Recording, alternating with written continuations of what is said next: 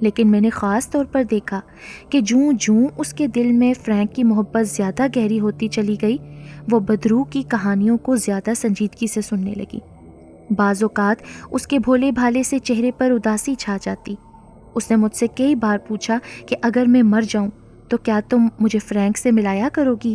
اور اگر فرینک نے میرے مرنے کے بعد کسی دوسری لڑکی سے شادی کر لی تو کیا میری بدرو اس لڑکی کو جان سے مار دے گی؟ اور کیا میں اس کو اپنے ساتھ بے وفائی کرنے سے روک پاؤں گی؟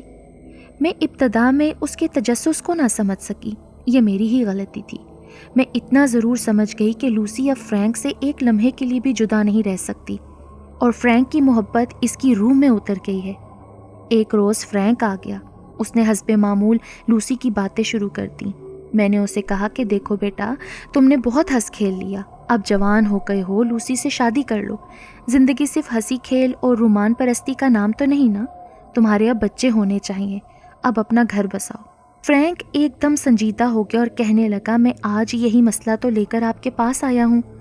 مسئلہ یہ ہے کہ لوسی میرے ساتھ شادی کرنے کو تیار نہیں۔ میں کوئی 10 بار اسے کہہ چکا ہوں، لیکن وہ کہتی ہے کہ شادی کسی اور سے کر لو، میں تمہارے ساتھ صرف محبت کروں گی۔ فرینک کے کہنے کے مطابق پہلے تو لوسی اسے اس انداز سے ٹالتی رہی جیسے وہ شادی کے تصور سے شرماتی ہو۔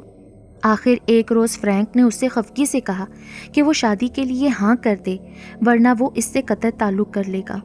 لوسی کے آنسو نکل آئے اور اس نے رو کر فرینک سے التجا کی کہ وہ اس کے ساتھ شادی نہیں کرنا چاہتی، کیونکہ شادی کے بعد جب ان کے ہاں بچے پیدا ہوں گے تو فرینک کی محبت تقسیم ہو جائے گی۔ وہ کسی کو بھی فرینک کی محبت کا حصے دار نہیں بنانا چاہتی۔ فرینک نے اسے منانے کے لیے بہت جتن کیے، لیکن وہ نہیں مانی اور شادی سے مسلسل انکار کرتی رہی۔ جب فرینک اسے کہتا کہ میں تو ایسے ساتھی کی تلاش میں ہوں جو میرا تمام عمر کا ساتھی بنے، لیکن چونکہ لوسی شادی پہ آمادہ نہیں، اس لیے اسے مجبوراً کسی اور سے شادی کرنے پڑے گی، تو پھر لوسی یہ سن کر اس کے ساتھ لپٹ جاتی اور اس قدر روتی کہ فرینک اس کی ہر بات مان لیتا۔ میں نے ایک روز لوسی سے پوچھا کہ وہ شادی سے گریز کیوں کرتی ہے، اور اسے سمجھانے کی کوشش بھی کی کہ بچے ہو جانے کی صورت میں میاں بیوی کی محبت پختہ اور دائمی ہو جاتی ہے۔ تو لوسی کہنے لگی، بچوں کے متعلق میں نے یہ جو کہا تھا کہ فرینک کی محبت تقسیم ہو جائے گی، محض بہانہ تھا۔ لوسی مجھے کہنے لگی کہ اس سے شادی سے گھن سی آتی ہے، اس سے خدشہ ہے کہ کہیں ایسا نہ ہو کہ شادی کے تھوڑے عرصے بعد فرینک کی طبیعت مجھ سے بھر جائے اور وہ پھر مجھ سے اکتا جائے۔ لوسی نے یہاں تک کہا کہ فرینک اس سے دور ہوتا ہے تو وہ اس کے جسم کے لمس کو ترسنے لگتی ہے، مگر جب وہ شادی کی بات کرتا ہے تو اپنے آپ سے سکڑنے لگتی ہے۔ حالانکہ مجھے اس کے جسم سے بھی اتنا ہی پیار ہے جتنا اس کی روح سے عشق ہے۔ میں نے اسے قائل کرنے کی بہت کوشش کی، مگر وہ جھیمتی رہی اور شادی سے نہ انکار کیا نہ اقرار۔ میں نے اسے اپنی زندگی کی واردات سنائی اور بتایا کہ مجھے بھی فرینک جیسے ہی ایک خوبرو نوجوان سے محبت ہوئی تھی۔ میں نے اس سے شادی کر لی تھی، مگر شادی کے 6 ہی مہینے میرا محبوب شوہر ہر روز کی طرح ہنستا مسکراتا گھر سے نکلا اور 1 گھنٹے بعد لاش واپس آئی۔ قصبے میں 2 آدمیوں کی لڑائی ہو گئی تھی۔ ایک نے پستول نکال کر دوسرے پر فائر کیا۔ میرا خاوند قریب سے گزر رہا تھا کہ گولی اس کے جسم سے پار ہو گئی۔ گولی مارنے والے کو 18 برس سزائے قید ہو گئی تھی، مگر مجھے تو اس کی محبت میں عمر قید ہی ہو گئی۔ قصبے کے کئی نوجوان محبت کا پیغام لے کر آئے، لیکن مرنے والا میری امنگیں اپنے ساتھ ہی لے گیا اور میرا دل ایسا ٹوٹا کہ میں نے اپنے آپ کو اس کمرے میں قید کر لیا اور اسی کمرے میں اپنی پوری عمر کر دی۔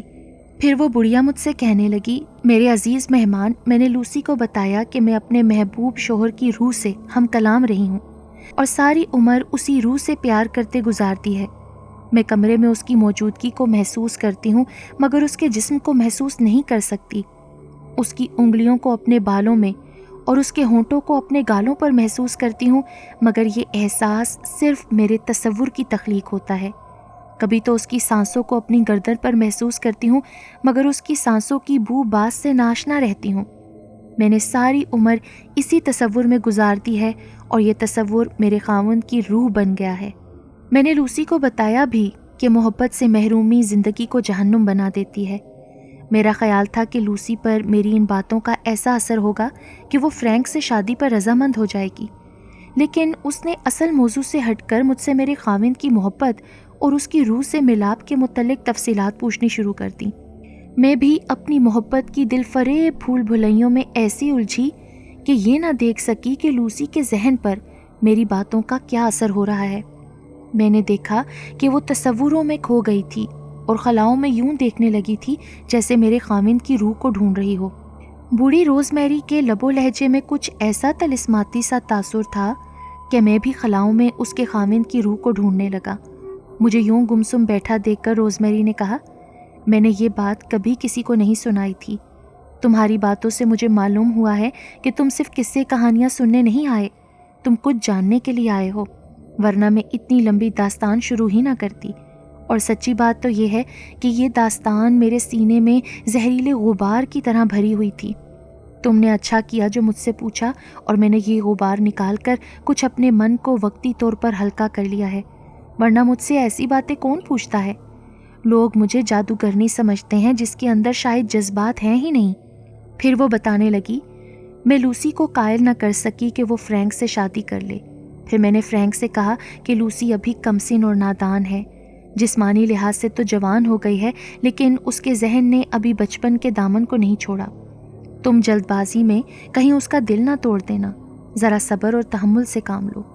فرینک مان تو گیا، لیکن دوسری جنگ عظیم شروع ہو گئی۔ جرمن فوجیں دیکھتے ہی دیکھتے رودبار انگلستان کے اس ساحل تک آ پہنچی اور ہٹلر کے ہوائی بیڑے نے انگلستان کو تباہ و برباد کرنا شروع کر دیا۔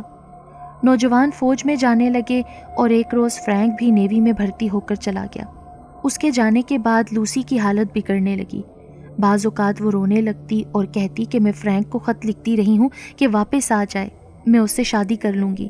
میں اسے تسلیاں دیتی رہی اور اس کا دل روحوں کی سنسنی خیز اور دلچسپ کہانیوں سے بہلاتی رہی، لیکن وہ اب سوائے فرینک کے کوئی اور بات نہیں کرتی تھی کہ فرینک صرف ایک رات کے لیے ہی آ جائے، میں اس کے ساتھ شادی کر لوں گی اور وہ سہاگ رات منانے کے بعد واپس چلا جائے۔ فرینک پورا 1 سال نہ آیا۔ سال بعد اس کے ہیڈ کوارٹر سے تار آیا کہ فرینک بحیرہ روم میں اپنی جنگی بحری جہاز کے ساتھ ڈوب کر مر گیا ہے۔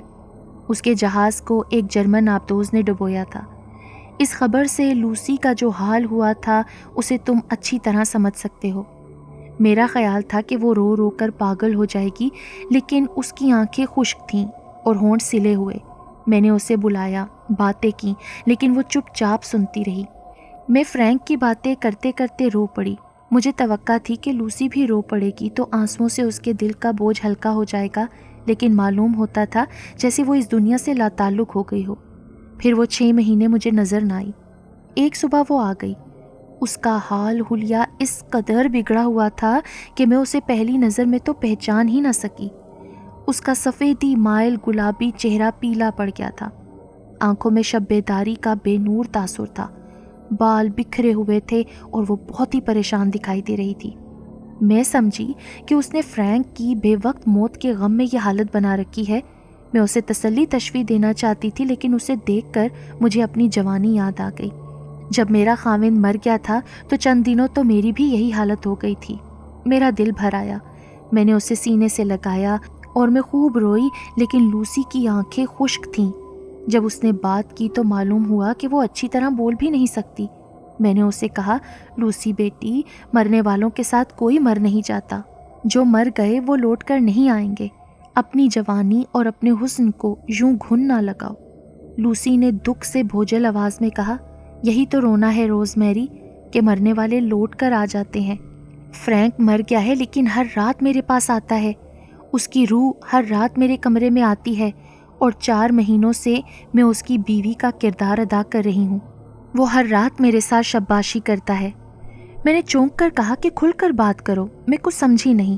تو وہ کہنے لگی، فرینک کے مرنے کی اطلاع ملی تو 3 دنوں تک مجھے یہ بھی پتہ نہ چلتا تھا کہ میں کہاں ہوں، زمین پر یا آسمان پر، گھر میں ہوں یا سڑکوں پر ماری ماری پھر رہی ہوں۔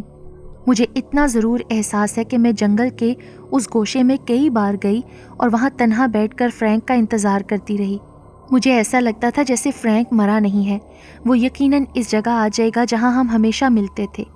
وہیں مجھے فرینک شادی کے لیے بھی کہا کرتا تھا، اور میں اسی خوبصورت گوشے میں بیٹھ کر فرینک کے جسم کے لمس سے لطف اندوز ہوتے ہوئے بھی شادی کرنے سے انکار کیا کرتی تھی۔ 3-4 دنوں بعد میں اپنے آپ میں آنے لگی۔ میں نے اپنے آپ کو یقین دلانے کی کوشش شروع کر دی کہ فرینک مر گیا ہے اور کبھی واپس نہیں آئے گا، مگر دل نے ایک لمحے کے لیے بھی تسلیم نہ کیا کہ فرینک مر گیا ہے۔ میں نے اپنے آپ کو فریب دیے کہ مجھے فرینک سے محبت نہیں تھی، یہ تو رسمی سی دوستی تھی۔ اب محبت اور شادی کسی اور سے کروں گی، مگر میرے یہ فریب بھی ناکام رہے۔ رات اچانک آنکھ کھل جاتی تو میں ایسے محسوس کرتی جیسے فرینک نے مجھے جگا دیا ہو۔ اس وقت میں فرینک کی جدائی سے بے حال ہو جاتی اور باقی رات سسکیاں اور آہیں بھرتے گزر جاتی۔ پھر نیند بھی اڑ گئی اور بھوک بھی۔ میرے ماں باپ مجھے لیکچر دینے لگے اور بڑے پیار سے سمجھانے لگے کہ ابھی تو میں پوری طرح جوان بھی نہیں ہوئی کہ میں رنج و الم سے دکھ کی مریضہ نظر آنے لگی ہوں۔ ماں نے کچھ ایسے پیار سے مجھے سینے سے لگایا اور میرے مجروح دل کو ایسے الفاظ سے سہلایا کہ ماں کی ایک ایک بات مجھے سکون دینے لگی۔ میں نے اس حقیقت کو قبول کر لیا کہ فرینک مر گیا ہے اور مجھے خوش باش زندگی بسر کرنی ہے۔ پھر میں نے اس حقیقت کو بھی قبول کر لیا کہ اب مجھے شادی کر لینی چاہیے، ورنہ میں کڑ کڑ کر اور تڑپ تڑپ کر مروں گی۔ ایک روز میرا باپ گھر آیا تو اس کے ساتھ جیمز لوہار کا جواں سال بیٹا آسٹر تھا۔ اس کے ہاتھ میں گٹار تھی۔ میں آسٹر کو بھی جانتی تھی، ہمارے ہی قصبے کا نوجوان ہے۔ سنا تھا کہ وہ گٹار بڑی اچھی بجاتا ہے۔ باپ نے مجھ سے کہا کہ کیا میں آسٹر کو جانتی ہوں، وہ گٹار بھی اپنے ساتھ لایا ہے۔ میں نے کہا کہ ہاں جانتی ہوں۔ ہم نے اکٹھے چائے پی، پھر آسٹر نے گٹار کے تاروں کو چھیڑ دیا۔ یوں لگا جیسے یہ پرسوز ساز میرے غم میں رو رہا ہو۔ میں تاروں کی دھیمی دھیمی لے میں گم ہوتی چلی گئی۔ مجھے فرینک کے غم سے نجات حاصل کرنے کے لیے ایک پناہ مل گئی۔ یہ تو بعد میں مجھے ماں نے بتایا کہ میرا باپ اسی مقصد کے لیے آسٹر کو بلا لایا تھا کہ میں فرینک کو فراموش کر کے آسٹر میں گھل مل جاؤں۔ باپ کی اسکیم ناکام نہیں ہوئی اور میں واقعی ہی اپنے باپ کی خواہش کے مطابق آسٹر کی ذات میں جذب ہونے لگی۔ میں نہیں کہہ سکتی کہ مجھے آسٹر سے محبت ہو گئی تھی یا اس کے ساز کے پرسوز نغموں سے، لیکن یہ ضرور ہوا کہ میں آسٹر سے بے تابانہ ملنے لگی، اور ایک روز میں اسے جنگل کے اسی گوشے میں لے گئی جہاں میں اور فرینک پہروں بیٹھا کرتے تھے۔ وہاں جب آسٹر نے گٹار کا ایک درد انگیز نغمہ چھیڑا تو میں نے بے اختیار ہو کر سر اس کے کندھے پر رکھ دیا، پھر میرے گال اس کے گالوں سے مس ہونے لگے۔ گٹار کے تاروں کی جھنکار اور آسٹر کے گالوں کا لمس مجھے خلاؤں کی بیکراں وسعت میں لے گیا۔ میں نے بے اختیار ہو کر آسٹر سے کہا کہ آؤ آسٹر، ہم شادی کر لیں۔ مجھے تنہا راتوں میں ڈر لگتا ہے، اور پھر میں رونے لگی۔ آسٹر کے پیار کی تپش نے میرے آنسو خشک کر ڈالے اور ہم نے ایک ہو جانے کا عہد کر لیا۔ میں نے گھر آتے ہی ماں کو یہ خبر سنائی کہ میں آسٹر کے ساتھ شادی کروں گی۔ میرے ماں باپ بہت خوش ہو گئے۔ فرینک کو مرے 2 مہینے گزر چکے تھے اور یہ پہلی رات تھی کہ میں شام کا کھانا کھاتے ہی اونگنے لگی اور مجھے بہت گہری نیند آئی۔ رات جانے کتنی گزر چکی تھی کہ میری آنکھ کھل گئی۔ کمرے میں نیلے رنگ کا بلب جل رہا تھا۔ میں نے یوں محسوس کیا جیسے کسی نے میرے بالوں پر آہستہ آہستہ ہاتھ پھیرا تھا، جس سے میری آنکھ کھلی، لیکن میں نے اس لیے اس وہم کو دل سے نکال دیا کہ شاید کمبل سرکا ہوگا۔ میں نے اتنا ضرور محسوس کیا کہ کمرہ جس طرح پہلے گرم تھا، ہر رات گرم ہوا کرتا تھا، اب اتنا گرم نہیں تھا، بلکہ کچھ اس طرح سرد تھا جیسے کوئی کھڑکی یا دروازہ کھلا رہ گیا ہو۔ میں نے اٹھ کر دیکھا، تمام کھڑکیاں اور دونوں دروازے پوری طرح بند تھے۔ میں پھر لیٹ گئی، لیکن نیند نہ آئی۔ نیند نہ آنے کی ایک وجہ یہ بھی ہو سکتی تھی کہ شاید میں بہت جلدی سو گئی تھی۔ مجھے فرینک یاد آنے لگا، پھر آسٹر یاد آیا، اور اس کے ساتھ ہی یہ خیال بھی آیا کہ میں نے فرینک کو شادی سے مایوس کر کے اسے کتنا دکھ دیا تھا۔ وہ یہی حسرت لے کر مر گیا، میں اس کی بیوی نہ بن سکی۔ میرا دل غم سے بھوجل ہونے لگا، لیکن آسٹر کے تصور نے مجھے سنبھال لیا۔ تھوڑی دیر بعد مجھ پر پھر غنودگی طاری ہونے لگی۔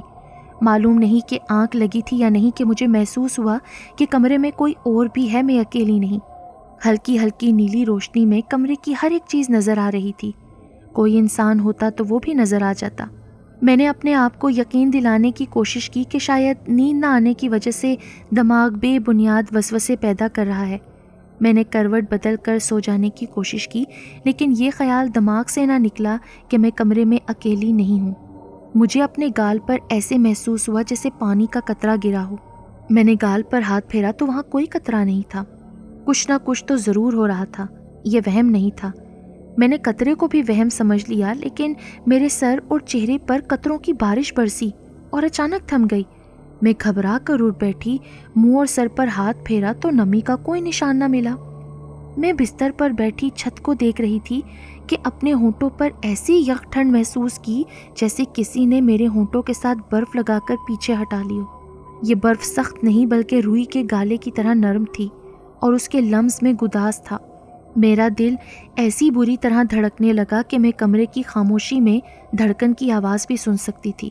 پھر میں نے اپنے بالوں میں برف کی ڈلیاں رینگتی ہوئی محسوس کیں، ان کا گداز بھی کسی نرم انگلیوں جیسا تھا۔ میرے منہ سے گھبرائی ہوئی سرگوشی نکل گئی، کون ہو؟ خدا کے لیے سامنے آ جاؤ۔ مجھے اپنے کانوں میں سرگوشی سنائی دی، میں سمندر کی تہوں کا باسی ہوں، دنیا کا کوئی راگ اور کوئی نغمہ تمہارا دل نہیں بہلا سکے گا۔ میں نے بولنے والے کو دیکھنا چاہا مگر وہاں کوئی نہ تھا۔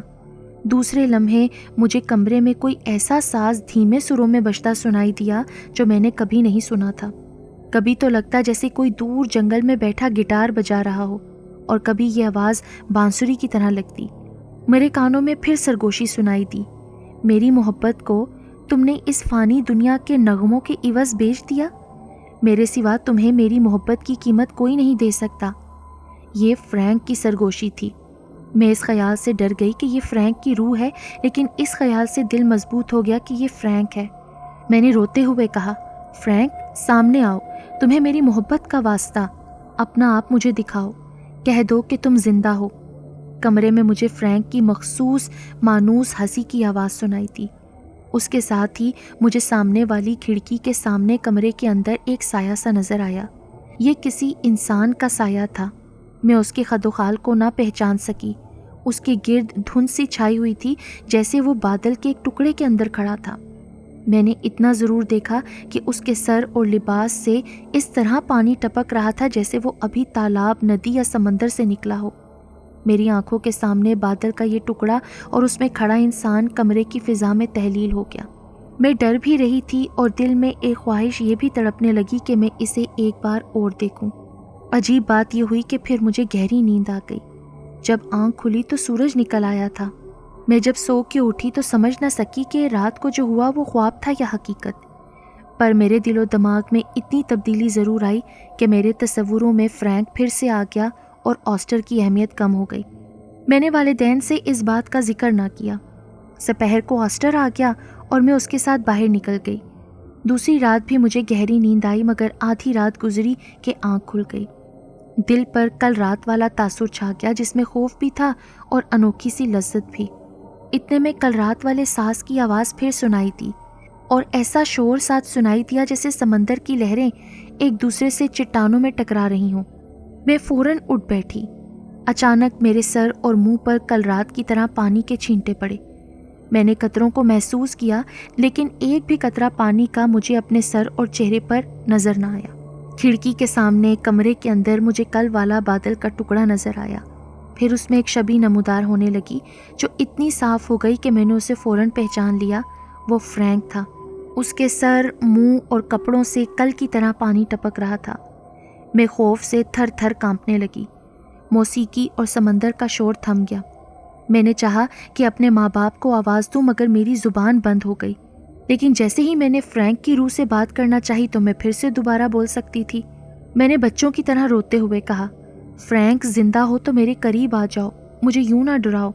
فرینک مجھے تم سے محبت ہے۔ مجھے کمرے میں پھر سرگوشی سنائی دی، تم نے جھوٹے سریلے نغموں کے تحت میری روحانی محبت کو دھوکہ دیا ہے لوسی۔ میں ڈوب گیا تو تم نے میری محبت کو بھی ڈبو دیا۔ نہیں فرینک، یوں نہ کہو، میں نے تمہارے غم سے شکست کھا کر اپنے آپ کو فریب دیا ہے۔ تمہاری محبت میری روح میں نہ اتر گئی ہوتی تو میں سمندر کی خوبصورت تہ میں ابدی نیند سوتا رہتا لوسی۔ تم نے میرا پیار ایک اور مرد کو دے کر مجھے بے چین کیا ہے لوسی۔ تم کسی بھی مرد کی دلہن اور بیوی نہیں بن سکو گی۔ اگر تم کسی کے گھر دلہن بن کر گئی تو تم وہاں مجھے موجود پاؤ گی۔ میں 2 قدم آگے بڑھی تو ٹھٹک کے رک گئی۔ میں نے دیکھا کہ بادل میں لپٹی ہوئی شبیہ اب اکیلی نہیں تھی، اس کے ساتھ ایک اور وجود کھڑا تھا۔ میں نے غور سے دیکھا، وہ میرا وجود تھا، شاید میری روح۔ فرینک کی شبیہ اور میرا وجود گھوم کے ایک دوسرے کی باہوں میں لپٹ گئے اور پھر اچانک وہاں کچھ بھی نہ تھا۔ ایک ہی لمحے کے بعد میں نے اپنی پیٹھ کے ساتھ مردانہ سینہ لگا ہوا محسوس کیا۔ پھر وہ بازو میرے گرد لپٹ گئے۔ میں خوف کے مارے چیخنا چاہتی تھی مگر آواز نہ نکلتی تھی۔ میری آواز اس وقت نکلتی جب میں فرینک سے ہم کلام ہوتی۔ جب اس کے بازو میرے گرد لپٹے تو میں نے اپنے بالوں پر کسی کے رخساروں کا لمس محسوس کیا۔ میرا جسم تھر تھر کانپا، لیکن میں نے بے بس ہو کر اپنے آپ کو اس کے روح کے حوالے کر دیا۔ فرینک جب زندہ تھا تو مجھے اکثر اسی طرح بازوؤں میں سمیٹ لیا کرتا تھا۔ مجھے اس کی سرگوشی سنائی تھی، تم میری بیوی ہو، کل رات ہماری سہاگ رات ہوگی، کہو لوسی اب تو انکار نہیں کرو گی نا؟ مجھ میں انکار کی ہمت ہی نہیں تھی۔ اس نے مجھے دھمکی نہیں دی تھی بلکہ بڑے پیار سے میرے بالوں پہ گال رکھ کر التجا کی تھی۔ میں نے کہہ دیا، ہاں فرینک، تمام عمر میں تمہاری ہی رہوں گی۔ اس نے کہا، نہیں، کہو میں تمہاری بیوی ہوں۔ میں نے بھی کہہ دیا، ہاں فرینک، میں تمہاری بیوی ہوں۔ مجھے کمرے میں فرینک کی ہنسی کی آواز سنائی دی۔ میں نے گھوم کے دیکھا تو وہاں کوئی نہ تھا۔ پھر وہ ساری رات بے چینی میں گزر گئی۔ دوسرے دن میرے ماں باپ نے میری گھبراہٹ اور بے چینی کو بھانپ لیا، لیکن میں نے انہیں جھوٹی مسکراہٹوں اور ہنسی کے ساتھ ٹال دیا۔ دن گزر گیا اور رات آ گئی۔ بہت دیر بعد نیند آئی اور تھوڑی دیر بعد آنکھ کھل گئی۔ اپنے بالوں میں کسی کی انگلیوں کو رینگتا ہوا اور اپنے گالوں کے ساتھ کسی کے گالوں کو محسوس کر رہی تھی۔ میں ڈری تو ضرور، لیکن اس خیال سے کہ یہ فرینک کی روح ہے میرا دل کچھ مضبوط ہو گیا۔ دل مضبوط نہ بھی ہوتا تو میں اس کی روح سے بھاگ کر کہاں جاتی؟ مجھے سرگوشی سنائی تھی، تم میری بیوی ہو، تمہیں انکار تو نہیں؟ میں نے کہا، نہیں فرینک، میری روح بھی تمہاری اور میرا جسم بھی تمہارا ہے۔ میں بیان نہیں کر سکتی روز میری کہ وہ جسم تھا یا کیا تھا، پر میں سراپا احساس بن چکی تھی۔ فرینک نے باقاعدہ میرے ساتھ دیوانہ وار پیار کیا اور پھر میں اس رات سے اس کی بیوی بن گئی۔ جب سحر طلوع ہو رہی تھی تو اس کے انوکھے اور سحرگی نغمے نے مجھے سلا دیا۔ جب آنکھ کھلی تو میں ایک نشے سے مخمور تھی، لیکن دل پر خوف بھی طاری تھا۔ پھر فرینک کی روح ہر رات آنے لگی۔ ہر رات میں اپنے بالوں میں اس کی انگلیوں کو رینگتا ہوا اور اس کے گالوں کو اپنے گالوں سے لگا ہوا محسوس کرتی تو آنکھ کھل جاتی۔ وہ ہر رات 3-3.5 گھنٹے تک میرے ساتھ شباشی کرتا۔ گزشتہ 1 مہینے سے میں اس کے جسم کو محسوس بھی کرنے لگی ہوں، جیسے وہ گوشت پوست کا مجسمہ بنتا جا رہا ہو۔ رات کے 3-4 گھنٹے تو عشق و محبت کے خمار میں گزر جاتے ہیں، لیکن اب 4 مہینے گزر گئے ہیں۔ میری جسمانی قوتیں جواب دیتی جا رہی ہیں۔ میں نے ماں باپ کو ابھی تک نہیں بتایا کہ مجھ پر کیا بیت رہی ہے۔ وہ سمجھتے ہیں کہ مجھے کوئی روگ لگ گیا ہے۔ آسٹر اب بھی آتا ہے، لیکن میں اسے یہ کہہ کر ٹال دیتی ہوں کہ میں صحت یاب ہو جاؤں تو تم سے شادی کروں گی۔ میں کیسے بتاؤں کہ میں نے تو فرینک کی روح سے شادی کر لی ہے اور میں باقاعدہ طور پر اس کی بیوی ہوں۔ بوڑھی روز میری نے بتایا کہ لوسی یہ بات سنا کر رونے لگی اور کہنے لگی، خدا کے لیے مجھے فرینک کی روح سے نجات دلاؤ۔ تم یقیناً بدروحوں کو قابو کر لیتی ہو، اگر تم نے ایسا نہ کیا تو میں زیادہ دیر زندہ نہ رہ سکوں گی۔ پھر روز میری نے مجھے بتایا، میں لوسی کے متعلق بہت فکر مند ہوئی اور اسے تسلی دی کہ میں فرینک کی بدروح کو بلا کر اسے کہوں گی کہ وہ تمہیں چھوڑ دے، ورنہ میں اس کے پیچھے بہت ظالم قسم کی بدروحوں کو لگا دوں گی جو اسے آسمانوں میں بھی چین سے نہ رہنے دیں گی۔ ایک روز لوسی کی ماں میرے پاس آئی اور اس نے مجھ سے بڑی پریشانی کے عالم میں کہا کہ لوسی پر کسی بدروح کا اثر ہے۔ اصل میں لوسی کی ماں ایک رات پانی پینے کے لیے اٹھی تو اس نے لوسی کے کمرے میں اسے عجیب و غریب حرکتیں کرتے ہوئے دیکھ لیا۔ جب اس نے لوسی سے وجہ پوچھی تو لوسی نے ماں کو سب کچھ بتا دیا۔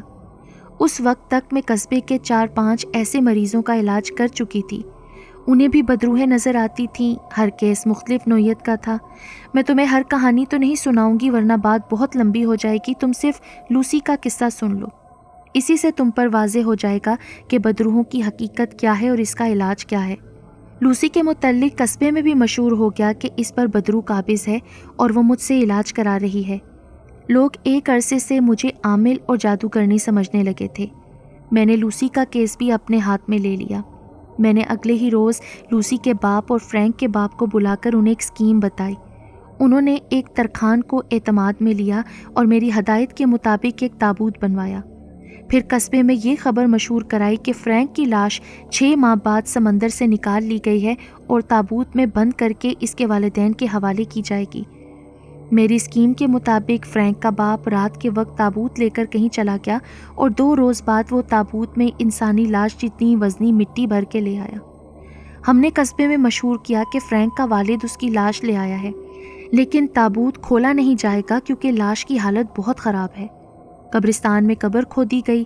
قصبے کے لوگوں نے فرینک کی آخری رسوم ادا کی اور اسے دفن کر کے نہایت اچھی قبر بنائی گئی۔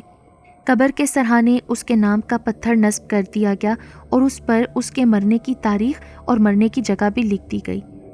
میں فرینک کے تابوت کی تدفین کے وقت لوسی کو بھی ساتھ لے گئی تھی اور اسے کہا کہ دیکھو فرینک دفن ہو گیا ہے۔ پھر اسے یقین دلایا کہ میں نے گزشتہ رات اس کی بدروح کو حاضر کر کے سختی سے کہہ دیا ہے کہ وہ تمہیں پریشان نہ کرے اور چھوڑ کر ہمیشہ کے لیے اپنی دنیا میں چلا جائے، ورنہ میں اس کے پیچھے ظالم بدروحوں کو لگا دوں گی۔ میں نے لوسی کو کہا کہ وہ ہر روز پھول لے کر میرے پاس آیا کرے اور ہم دونوں فرینک کی قبر پر پھول چڑھانے جایا کریں گی۔ چنانچہ گزشتہ 2 مہینوں سے میں صبح ہر روز فرینک کی قبر پر لوسی کو لے جاتی ہوں اور لوسی قبر پر پھول چڑھاتی ہے۔ میں نے لوسی کو یقین دلایا ہے کہ فرینک مر کر اب دفن ہو گیا ہے، اس کی روح تمہیں چھوڑ کر جا چکی ہے، وہ اب کبھی لوٹ کے نہیں آئے گا۔ میری اسکیم کامیاب رہی اور فرینک کے تابوت کو دفن کرنے کے تیسرے دن کے بعد سے لوسی کو اس کی بدروح نظر نہیں آتی۔ تو کیا روز میری آپ نے فرینک کی بدروح کو حاضر کر کے تنبیہ کی تھی؟ بالکل بھی نہیں، بوڑھی روز میری نے جواب دیا۔ میں نے تو کبھی کسی بدروح کو نہیں دیکھا اور نہ کبھی بدروح نظر آتی ہے۔ یہ اپنے تصورات اور اپنے ذہن لاشعور کی تصویریں ہوتی ہیں جو کمزور دل اور کمزور دماغ کے لوگوں کو نظر آنے لگتی ہیں۔ پھر لوسی کو کیا نظر آتا رہا؟ تو وہ ٹھیک کیسے ہوئی؟ ارے بیٹا، وہ اس طرح کہ اسے یقین ہی نہیں آتا تھا کہ فرینک مر گیا ہے۔ اس نے اسے مرتے ہوئے اور دفن ہوتے ہوئے نہیں دیکھا تھا، اسے یہی پتا تھا کہ وہ پانی میں ڈوب کر مرا ہے۔ یہ محبت کی شدت کی انتہا تھی کہ وہ اسے اپنی روح سے جدا نہ کر سکی۔ وہ فرینک کے ساتھ شادی کرنے سے انکار کرتی رہی تھی، لیکن شعوری طور پر اس کے جسم کے لمس کے لیے بھی پورا 1 سال ترستی رہی تھی۔ فرینک جب مر گیا تو وہ اندر ہی اندر پچھتانے لگی کہ اس سے فرینک کا جسم چھن گیا ہے۔ بچپن سے وہ مجھ سے بدروحوں کے قصے سنتی رہی تھی۔ بیٹا، میں تو اس کا دل بہلانے کے لیے جھوٹ موٹ کے قصے سناتی رہی تھی، لیکن یہ قصے اس کے نادان ذہن میں جڑ پکڑ گئے تھے۔ اب جب فرینک مر گیا تو وہ میرے سنائے ہوئے قصوں کا ایک کردار بن گیا۔ فرینک دراصل سمندر سے ابھر کر نہیں آیا تھا، بلکہ مرنے کے بعد وہ لوسی کے ذہن اور لاشعور سے ابھرا تھا۔ لوسی اس کی بیوی بننا چاہتی تھی۔ فرینک لوسی سے شادی کرنا چاہتا تھا، اس کو ہمیشہ کے لیے اپنی بیوی بنانا چاہتا تھا۔ فرینک کے جانے کے بعد لوسی ہر وقت یہی دعا کرتی تھی کہ کاش وہ ایک رات کے لیے ہی آ جائے، اسے اپنی بیوی بنا کر سہاگرات منا لے۔ لیکن فرینک کے مر جانے کے بعد اس فطری خواہش کو لوسی نے اپنے اندر دبا لیا تھا، مگر فرینک کی موت کے غم نے اس کے ذہن اور لاشعور کے پٹ کھول دیے اور لوسی کو وہ محسوس پیکر کی طرح نظر آنے لگا اور پھر وہ اس کی بیوی بن گئی۔ بوڑھی روز میری نے مزید یہ بتایا، میں نے تابوت میں مٹی بھروا کر اس لیے مشہور کرایا تھا کہ اس میں فرینک کی لاش ہے، تاکہ لوسی کو یقین ہو جائے کہ فرینک کو مرنے کے بعد سمندر کی تہہ سے نکال کر یہاں دفن کر دیا گیا ہے۔ میں نے اسے 2 مہینے اس کی قبر پر لے جا کر ایسی باتیں کیں کہ لوسی کے ذہن نے اس حقیقت کو تسلیم کر لیا ہے کہ فرینک واقعی اب دفن ہو گیا ہے اور اس کی روح کبھی واپس نہیں آئے گی۔ میں نے اس کے شعور کو بیدار کر لیا ہے۔ اب لوسی کی صحت اچھی ہو گئی ہے۔ روز میری بتانے لگی، ہمیں روحیں بدروحیں صرف اس لیے نظر آتی ہیں کہ ہم انہیں مانتے ہیں اور ان پر یقین رکھتے ہیں۔ میں نے شروع میں لوگوں کو بہت سمجھانے کی کوشش کی، لیکن کوئی بھی نہ مانا۔ آخر میں بھی ان کی ہم خیال بن گئی اور بدروحوں کے قبضے میں آئے ہوئے مریضوں کا علاج اپنے طریقے سے شروع کر دیا۔ لوگ کہتے ہیں کہ بدروحیں میری حکمرانی میں ہیں، یہی میرا ذریعہ معاش ہے بیٹا۔ بلکہ میرا یہ کہنا ہے، میں تو خود اپنے مرحوم شوہر کی محبت میں بھٹکی ہوئی ایک روح ہوں۔ میں جب وہاں سے اٹھا تو بڑھیا نے ایک بار پھر مجھ سے وعدہ لیا کہ میں یہ راز اس کے مرنے تک اپنے سینے میں رکھوں گا۔ میں نے بڑھیا کا ہاتھ چوم کر کہا، میں یہ راز لوگوں کو بتاؤں گا ضرور، لیکن اس کے مرنے کے بعد۔